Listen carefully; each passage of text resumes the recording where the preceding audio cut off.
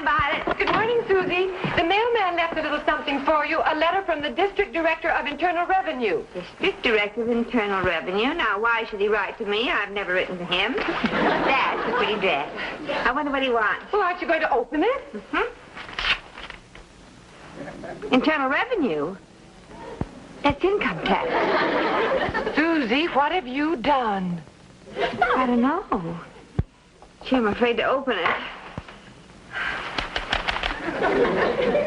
Treasury Department. See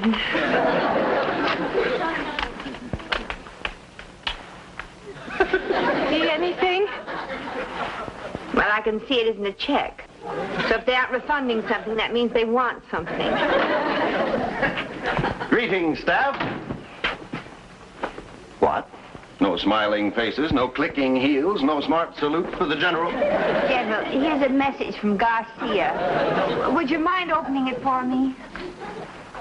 District Director of Internal Revenue. Oh.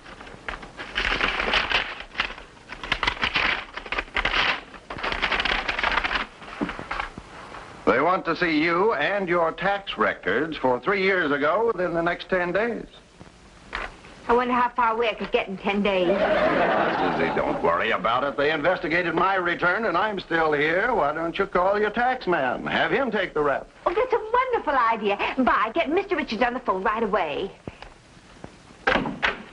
Good morning. Good morning. Hi, Fred. Peter. Mm-hmm. Peter, I want you should shake hands with Mr. Binkley Piper. Is he not magnificent? He's great, Fred. Oh, Mr. Richards? Oh, just a moment, please. I'll take it to my office. Did you draw him for fun or for money? Both. When I draw cartoons for money, I have fun. New account? The White Star Oil Company. Huh? They have commissioned me, Fritz Kozlow and Company, to do a series of cartoon commercials for the television. So I sit down at my ink bottle, and before you know it, poof, out pops the hero, Mr. Binkley Piper. Destined to sell millions of cans of no-ping valve oil. But alas, he cannot sell until he have a voice. That is where you come in, Peter. I give you the honor of finding me a voice for Binkley. What sort of voice? A high one, but not too high. Low, but not too low. It should be gentle, a little rough. Odd, but not too strange. You mean with pear-shaped tones like this? Uh-huh, that is it, that is it. Tones like this, and modulations like this. Leave it to me, Fritz. I'll look through the files and see what we have. Good. I'll call you back. All right. Thank you. Susie, do we have a client with a voice that sounds like this with just a touch of this? I don't know. But I just talked to a voice that had a touch of this. My tax man. He says I'm strictly on my own because that was the year I made out my own tax so I wouldn't have to pay him. Mr. Sands, exactly what happened when they questioned you about your tax? Well, they wanted me to explain my deductions, but I shut them up in a hurry. How? I simply gave them a check for another $2,500. Fine. That's what I like about you, always so encouraging. Susie, can you get your mind off taxes for a minute? What a monumental effort. Now, Fritz has a problem. He needs a voice to go with this new character for a series of TV commercials. TV commercials? Oh, Mr. Sands, I just couldn't concentrate on something like that today. Susie, you're getting yourself all lathered up over nothing. You know darn well they're not going to put you in jail. I know that, and you know that, but do they know that? Why don't you go down and find out? Well, I will as soon as I get up enough courage. They gave me 10 days. Well, I couldn't stand 10 days of this. Now, you go home, get your records, and beard the lion in his den. Oh, Mr. Stanford, I... That is an order. Remember, a coward dies 1,000 deaths, a brave man dies but one. Mr. Go. Stanford, I don't have my mind. Go. I know it's only a TV commercial, Sam, but Fritz Kozlow is building a whole series around this character. It could mean a career for you. Okay, Sam, okay. If you feel it's beneath your dignity, forget it. Yeah, I'll be talking to you. Actors. Come in.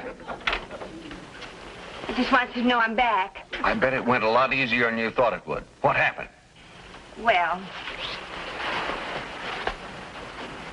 I got as far as the newsstand, and then I read the headlines about Gladstone Parker Burns, only one of the richest men in the whole world. What happened to him?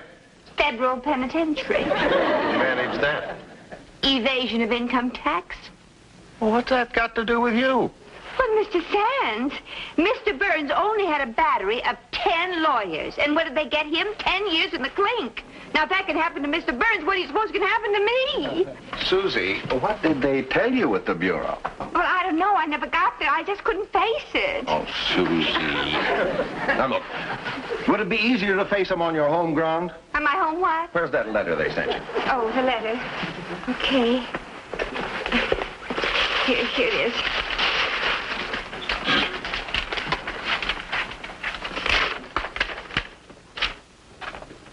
Yes, Mr. Sands? Vi, will you get me Mr. Bascom, the Office of Internal Revenue, please? You're not going to turn me in. Not now. The price on your head isn't high enough yet. Hello, Mr. Bascom. Mr. Bascom, this is Peter Sands of International Artists. Yes. Your office has been in communication with my secretary, Miss Susan MacNamara. Now, I understand that when the services of an employee are indispensable, you'll send a field representative. I'd appreciate it if you'd arrange it in Miss MacNamara's case. 2 o'clock today? That'll be fine. Thank you very much, Mr. Bascom. You couldn't make it 2 o'clock next year. Susie, everything's going to be all right. Now, before he comes, you better let me see your records. Oh, yes, my records here. What is this? Well, it's my filing cabinet. What do you use for an alphabet? Hieroglyphics? Excuse me. Susie, I'm going to lunch now. Can I bring you something? Yes. Some bread and water. I might as well get used to the diet. Let's see. This goes there. Why don't you play your ace on your king? I think I'll file this under miscellaneous. I see here you've listed a business loss of 10 cents. Well, if you make an investment and don't get anything back, that's a loss, isn't it? What sort of big business operation was this? Well, one day I wanted to make a call to the office from the outside, so I put 10 cents in the payphone, got a busy signal, and hung up. Well? Well, I didn't get my dime back. There's a man out there. Oh, bye, you've seen a man before. No, I think it's him. I think it is he. Then it must be Mr. Bascom if we both think so. What does he look like? Well, he's a giant ogre, and he carries a huge briefcase, and if he doesn't breathe fire through his nostrils, I'd be very much surprised. Goodbye, Susan. Mr. Sands, you're not deserting me now. Tradition requires that when the shooting starts, the general is far behind the line. Carry on. But Mr. Sands, now that isn't best. Susie, is there anything I can do? Bake me a cake with a hacksaw in it. Well, fling wide the gates and let the ogre in. Come in, Mr. Ogre.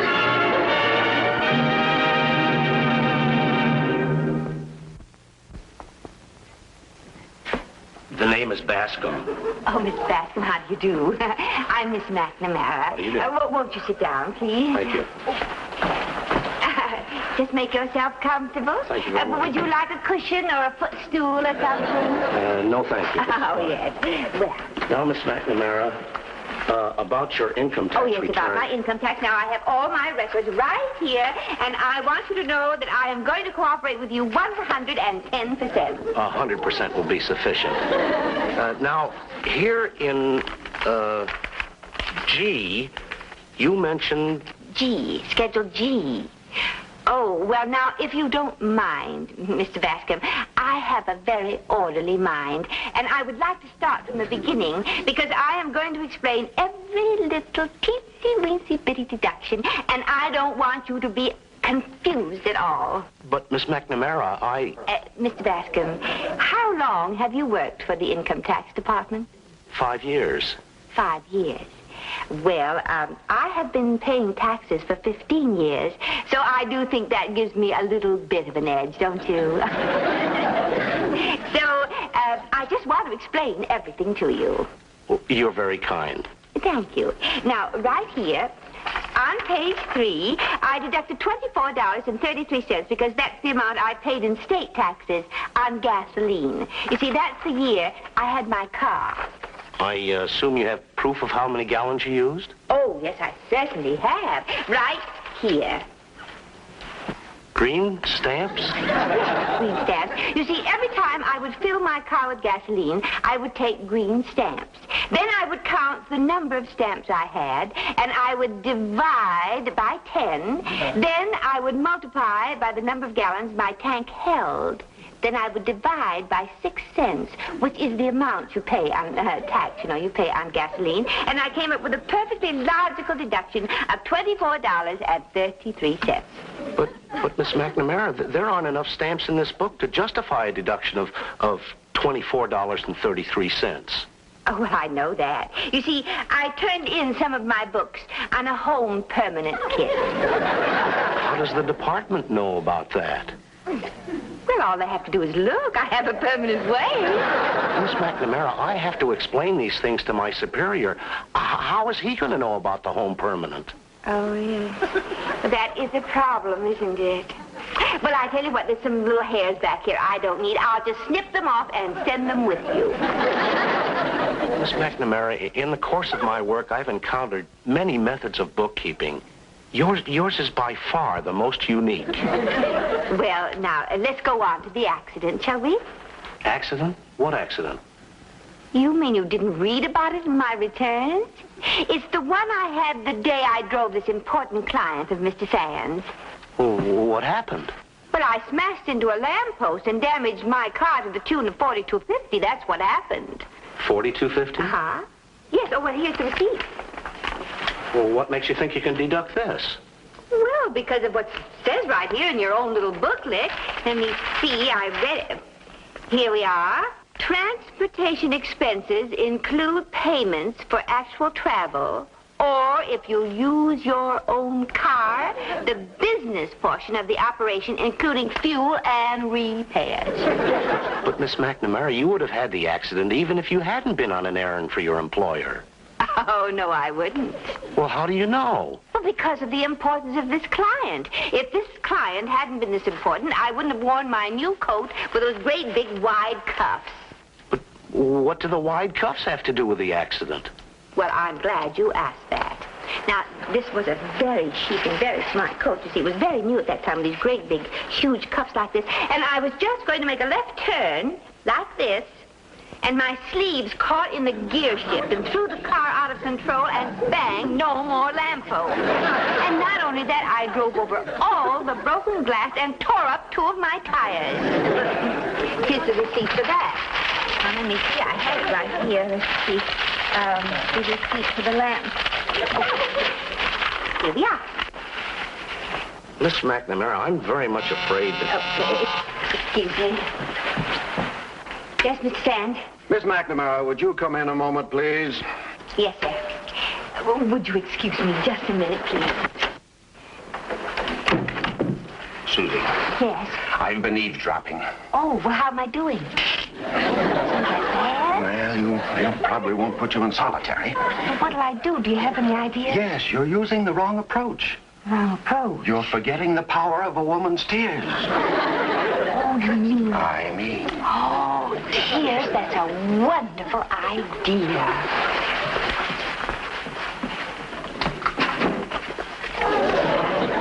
May I? Be my guest. Hello? Oh, hello, Fritz.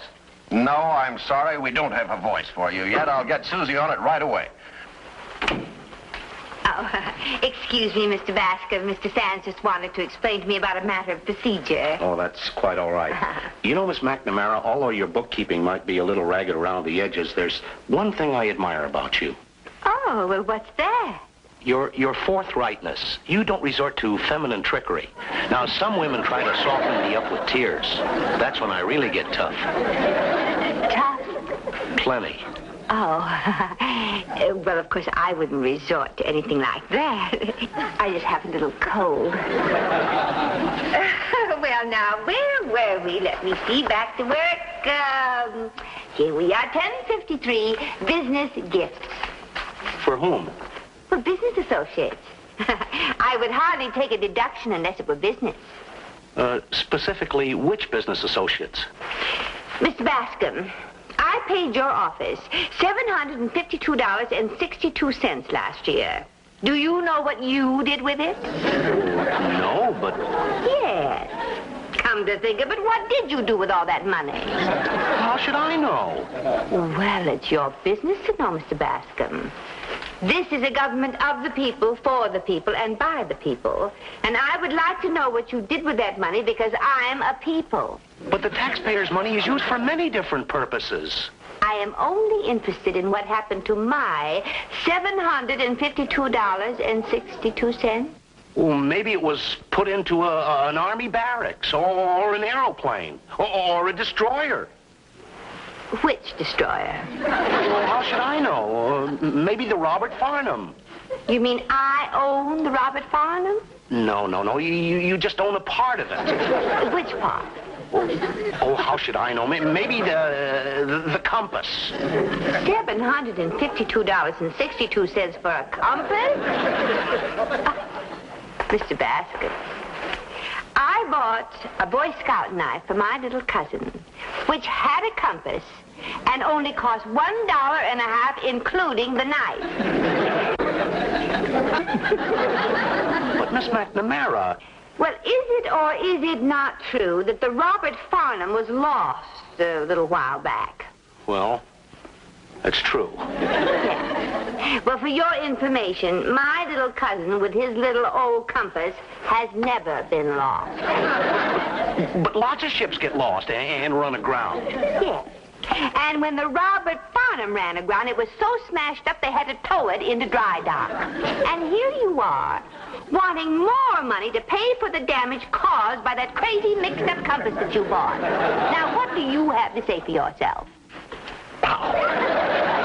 Miss MacNamara, I'm not the one that's on trial. You're the one that's being questioned. And so far, we haven't even touched on the main point I came to see you about. We haven't? We haven't even come close.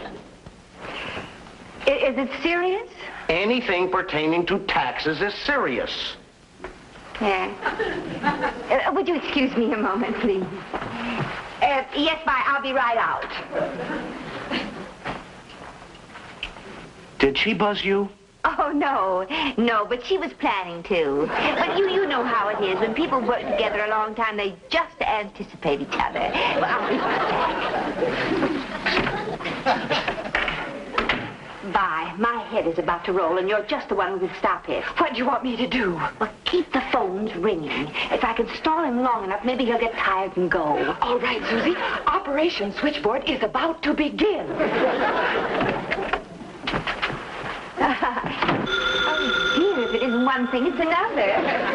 Hello? Oh, Genevieve. Oh, Genevieve, I can't talk to you now. There's someone in the office. I'll call you back later. Okay. So sorry. Hello? Mrs. Mailing? Oh, how are you, Mrs. Mailing? Well, fine, thank you. Oh, yes, I would love to have that recipe for a custard cake. Could you give it to me now? Oh, fine. This will only take a minute. Okay, go ahead. 2 cups of rolled oats. 2/3 of a cup of sifted enriched flour. Oh, fine. 2/3 of a cup of brown sugar. 2 teaspoons full of cinnamon.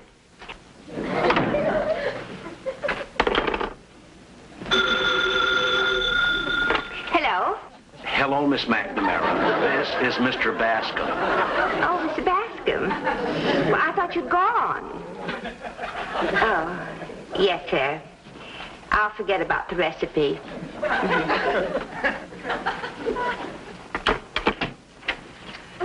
Oh, I'm terribly sorry about those calls, but it's just one of those days. People keep annoying me. Well, I often have an evening like that at home, but I know what to do about it. What? Well, I answer with a phony voice, like this. Hello? Then if it's someone I don't want to speak with, I say, I'm very sorry, but Mr. Bascom has gone to Boston. Oh, that's wonderful. Do it again. would you really like it? Well, it might come in very handy. Let's hear some more. Well, if you can stand it. There's no use calling Boston. He won't answer. He's got bronchitis and he can't talk. Something wrong? No, something may be very right. I just have an idea where that voice may come in handy. Excuse me. Mr. Sands. Mr. Sands, I found it. Found what? Well, you... Where? Mr. Bascom. Susie, I will have no part of bribery. Bribery? Yes. Build him up, make him a lot of promises, offer him a new career just so he'll go easy on you. Mr. Sands, I am not going to let a promising career go down the drain because you're a stuffy moralist. If you don't have Fritz Caslow audition Bascom, I will. He is the voice of Bingley Piper. Is he not magnificent? For the 20th time, I tell you, Bascom, you are this man. But you're making a mistake, Mr. Caslow. I'm not a cartoon. Look, Mr. Bascom, there is nothing to it. All we do is record your voice and then synchronize it with the animated cartoon. It's guaranteed to be an absolutely painless way of making a lot of money. Show him some copy, Fitz. Here, just read this, Mr. Bascom.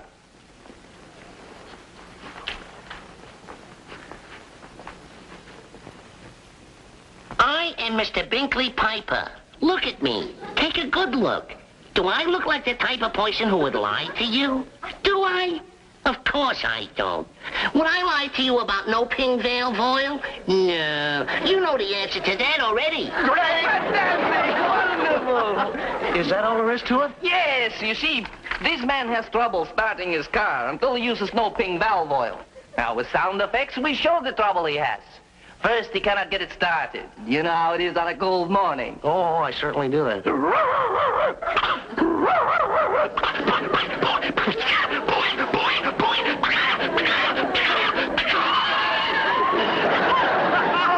this man is a gold mine. Sound effects, too. You've just doubled your salary. Mr. Bascom, you're going to need an agent, and I just happen to have a contract handy.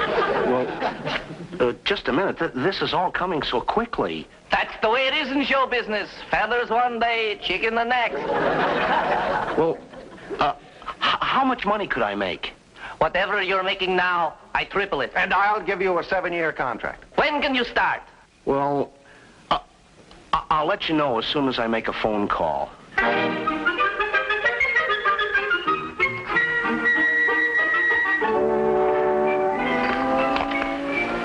I'm very grateful to you, Miss MacNamara. If there's anything I can do for you... Well, I might be able to think of something. Good, good. Now we go right to work, Mr. Bascom. Come. But Mr. Bascom, what about my income tax? Oh, we have nothing further to discuss. I resigned from that job. You resigned? Oh, that's wonderful. Then you mean I can forget the whole thing? Well, before you do, I think you should talk to Mr. Bolton, Mr. Bolton? Well, who's he? my successor at the office. Oh, no. This is where I came in. Oh, Mr. Bascom, I couldn't go through this again. But, Miss MacNamara, your tax problem is a simple one. It is? Well, every time I tried to get around to it, you found another squirrel cage to put me into. Oh. Well, Mr. Bascom, now that you've resigned from the tax department, you couldn't give me just a little teensy-weensy hint as to what my problem is? Well, in Schedule G, you listed other income of $3,000, but you failed to state the nature of that income. Oh. Well, that's the year I inherited all that money from Uncle George. Did you pay tax on that inheritance? Well, I most certainly did. Oh, then you made a mistake. Inheritance tax is always deducted before the heir receives his money. Then I'm square with the government. Well, not quite, Miss MacNamara. You see, Miss MacNamara, the government owes you a refund of some $800. $800? Plus interest. Oh, Mr. Bascom. Oh.